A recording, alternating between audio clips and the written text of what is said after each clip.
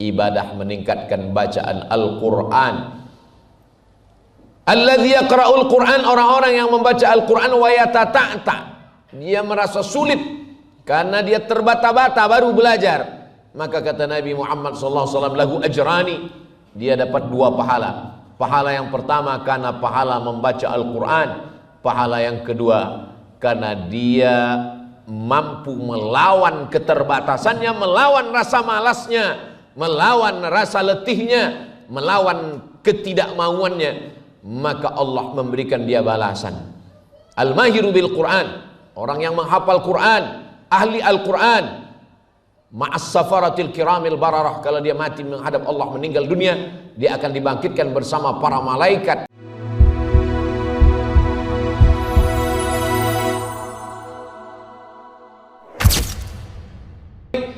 Kana Nabi sallallahu alaihi wasallam yasumu Sya'bana kullahu, Nabi melaksanakan bulan Sya'ban ini puasa kullahu, semuanya. Pendapat yang pertama mengatakan makna kullahu adalah mu'azamahu, bukan 1 bulan penuh, tapi hampir keseluruhan, 27, 28, 29, sampai-sampai Sayyidatuna Aisyah tidak bisa membedakan, padahal suaminya serumah dengannya. Dan Sayyidatuna Aisyah adalah ummul mukminin, ibunya orang beriman, istri Nabi Muhammad SAW. Aku sangka dia tidak berpuasa, ternyata dia berpuasa. Aku sangka dia tidak berpuasa, ternyata ia sedang berpuasa. Istri sendiri pun tidak tahu bahwa suaminya sedang berpuasa. Begitulah hebatnya puasa Nabi Muhammad SAW pada bulan Sya'ban. Pendapat yang pertama mengatakan makna kullahu, sebagian besar hari-harinya diisi dengan puasa. Pendapat yang kedua mengatakan makna kullahu, memang Nabi Muhammad SAW pernah melaksanakan puasa di bulan Sya'ban full 1 bulan, tapi tidak setiap tahun. Pernah beberapa tahun, karena Nabi menjalani puasa di kota Al-Madinah Al-Munawwarah itu dari mulai awal hijrah sampailah beliau meninggal dunia pada tahun 11 bulan Rabiul Awal, dan beberapa kali melewati bulan Sya'ban, dan pernah bulan Sya'ban itu beliau laksanakan puasa penuh 30 hari. Jadi kalau ada orang yang berpuasa penuh 30 hari di bulan Sya'ban, maka perbuatannya itu sunnah karena pernah dilaksanakan Nabi Muhammad sallallahu alaihi wasallam. Mengapa puasa? Karena puasa adalah ibadah yang dinisbatkan kepada Allah Subhanahu wa taala. As-saumu li, puasa itu untukku, kata Allah. Semua yang dinisbatkan kepada Allah, walaupun dia rendah, hina, menjadi mulia. Hamba bukan apa-apa dan bukan siapa-siapa. Ketika hamba itu dinisbatkan kepada Allah, dia menjadi mulia. Abdullah, maka Nabi Isa disebut Abdullah, hamba Allah. Nabi Muhammad SAW disebut hamba Allah.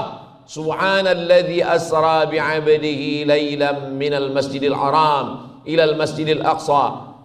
Subhanalladzi asra bi'abdihi, maha suci Allah yang sudah memperjalankan hambanya. Rumah menjadi mulia ketika dinisbatkan kepada Allah. Rumah baitun, rumah Allah, baitullah, bukan berarti Allah berdiam di dalam rumah. Allah tidak bertempat. Tempat itu datang belakangan. Allah sudah ada sebelum waktu dan tempat itu ada. Kalau ada orang yang mengatakan bahwa Allah memiliki tempat, berarti Allah berubah. Yang sebelumnya tempat tidak ada, lalu dia bertempat kepada tempat yang ada. Allah sudah ada sebelum waktu dan tempat itu ada, dan dia ada seperti sedia kala. Dia tidak berpindah. Itulah maka dalam akidah Imam Abil Hasan Al-Asy'ari dibahas wujud, qidam, baqa, mukhalafatuhu lil hawadis. Allah tidak sama dengan makhluk, dia tidak bertempat. Jadi makna baitullah bukan berarti Allah berdiam dalam rumah. Makna baitullah, Allah memuliakan bulan itu, maka dinisbatkan kepada namanya baitullah. Lalu bulan diisi dengan ibadah yang dinisbatkan kepada Allah. Ibadah itu bernama puasa. Kenapa puasa itu lebih mulia daripada yang lain?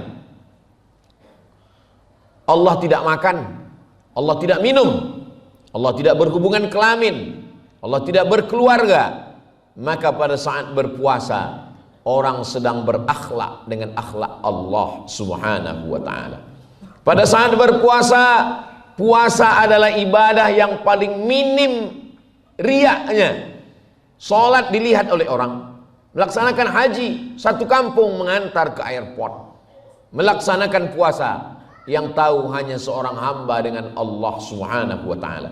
Itulah mengapa bulan yang baik diisi dengan ibadah yang terbaik. Bersyukurlah saudara-saudara kaum muslimin muslimat yang diberikan Allah kekuatan untuk melaksanakan puasa. Tapi jangan membatasi amal hanya dari satu pintu saja. Udkhulu min abwabin mutafarriqah, masuk dalam pintu-pintu yang banyak. Ada orang yang masuk ke dalam surga itu melalui babur rayyan, la yadkhuluhu illa shaim. Tidak ada yang memasukinya kecuali orang yang rajin berpuasa. Tapi ada orang yang tidak mampu berpuasa, orang yang pekerja keras, pekerja berat, yang tidak bisa melaksanakan puasa. Kalau dia berpuasa, anak istrinya tidak makan.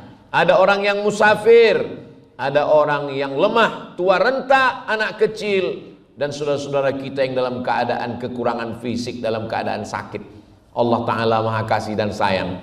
Yang tidak bisa berpuasa, maka di bulan Sya'ban ditingkatkan dengan memperbanyak solat sunat. Man shalla isnatai asyarata raka'ah, siapa yang solat 12 rakaat fil yaumi wal lailah, sehari semalam, bunya lahu bihinna baitun fil jannah, dibangunkan untuknya satu tempat di dalam surga.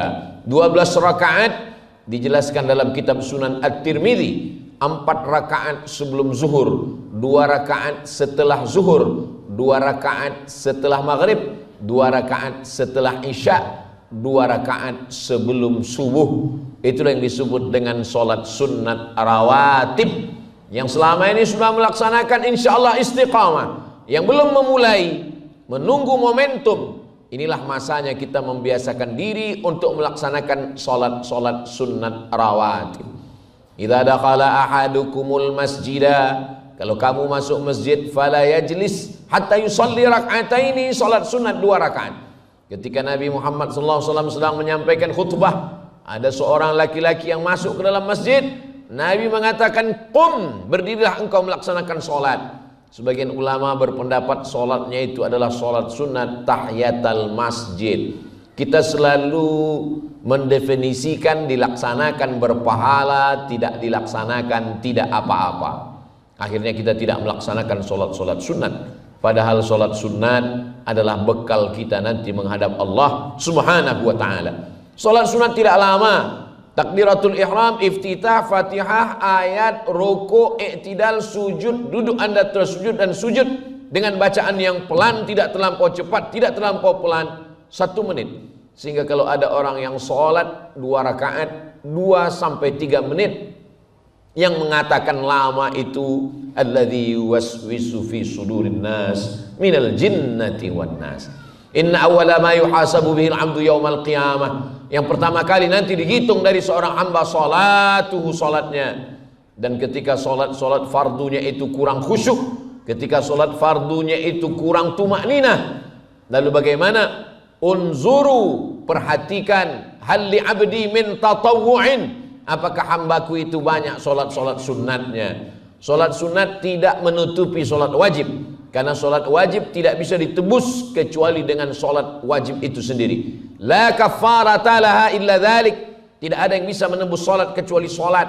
Solat sunat itu hanya menutupi kekurangan khusyuknya, kekurangan wajibnya, kekurangan sunatnya, kekurangan ingatannya, kekurangan kesadarannya. Karena kita penuh dengan kekurangan, maka kita pandang solat sunat itu melengkapi, menyempurnakan kekurangan-kekurangan kita di hadapan Allah Subhanahu wa ta'ala. Tapi tidak semua saudara kita mampu melaksanakan solat sunat. Karena lelah, karena aktivitas yang penuh, karena musafir, karena sakit, maka masih ada lagi ibadah. Ibadah meningkatkan bacaan Al-Quran. Alladzi yaqra'ul Qur'an, orang-orang yang membaca Al-Qur'an wa yatata'ta, dia merasa sulit karena dia terbata-bata baru belajar. maka kata Nabi Muhammad SAW, lahu ajrani, dia dapat 2 pahala. Pahala yang pertama karena pahala membaca Al-Quran, pahala yang kedua karena dia mampu melawan keterbatasannya, melawan rasa malasnya, melawan rasa letihnya, melawan ketidakmauannya, maka Allah memberikan dia balasan. Al-mahiru bil Quran, orang yang menghafal Quran, ahli Al-Quran, ma'as safaratil kiramil bararah, kalau dia mati menghadap Allah meninggal dunia, dia akan dibangkitkan bersama para malaikat. Mereka adalah guru-guru kita, para kiai, para ajengan, para habaib, para alim, para ulama. Sedangkan kita manusia biasa, di antara yang menemani kita, yauma yafirrul mar'u min akhihi, saudara kandung pun akan lari dari saudaranya, wa ummihi wa abih, ibu kandung akan lari, ayah kandung akan lari, wa sahibatihi wa banihi, suami, istri, anak-anak tidak lagi bisa saling tolong menolong. Siapa yang akan menolong kita? Iqra'ul Quran, baca Al-Quran, fa innahu ya'ti yaumal qiyamah, Quran akan datang pada hari kiamat, syafi'an li ashabi, memberikan syafaat kepada orang-orang yang membacanya.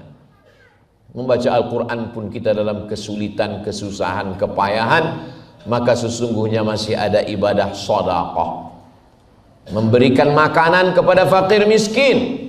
Ada orang yang berpuasa, kita siapkan bukaan puasa. Orang yang memberikan bukaan puasa, man fattara shaiman, siapa yang memberikan makanan buka puasa, falahu mithlu ajri shaim, dia dapat pahala seperti orang yang berpuasa.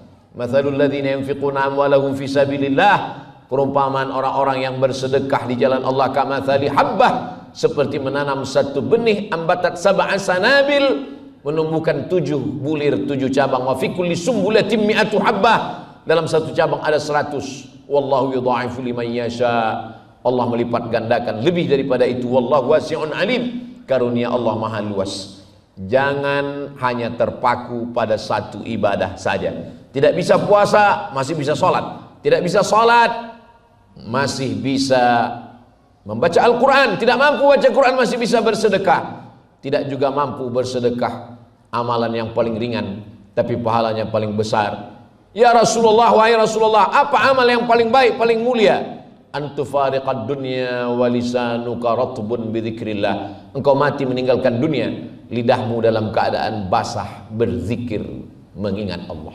Subhanallah zikir, alhamdulillah zikir, Allahu akbar zikir, Allahumma salli ala sayyidina Muhammad wa ala ali sayyidina Muhammad juga zikir. Astaghfirullahalazim juga zikir. La haula wala quwata illa billah juga zikir. Afdalu zikri, seafdal zikir, la ilaha illallah. Berapa jumlah zikir? Ya ayyuhalladzina amanu, hai orang beriman, uzkurullah, berzikirlah mengingat Allah, zikran katsira, sebanyak-banyaknya, tidak ada batasan. Lalu kenapa ada orang yang membatasi zikirnya 100, 200, 500, 700, 1000 untuk menghitung bahwa dia sudah berzikir? Amalan itu boleh. Sahabat Nabi bernama Abu Hurairah membuat 1000 simpul tali, karena waktu itu belum lagi ada tasbih. Beliau menghitung zikirnya dengan tali yang disimpul, lalu memetik simpul-simpul tali sebelum tidur malam. Silakan bertasbih, berzikir, salawat 1000, istighfar 1000, tahlil 1000, tasbih 1000. Perbuatan itu bukan bid'ah, untuk menyadarkan apa yang sudah kita lakukan beribadah kepada Allah Subhanahu wa ta'ala. Puncak daripada ibadah adalah mengingat Allah. Puncak dari mengingat Allah adalah mencegah diri dari perbuatan keji dan mungkar. Banyak orang berzikir di masjid, banyak orang berzikir di Masjidil Haram, banyak orang berzikir ketika sedang bersama para ulama. Puncak zikir adalah ketika zikir mampu menahan diri dari maksiat. Ketika berzikir di tempat orang yang tidak berzikir. Ketika zikir tidak lagi bermakna mengingat, tapi zikir mengingatkan kita kepada Allah di saat lalai, di saat lupa, di saat hampa, di saat kosong. Zikir itu yang mengingatkan kita, karena kita selalu mengingat Allah Subhanahu wa ta'ala.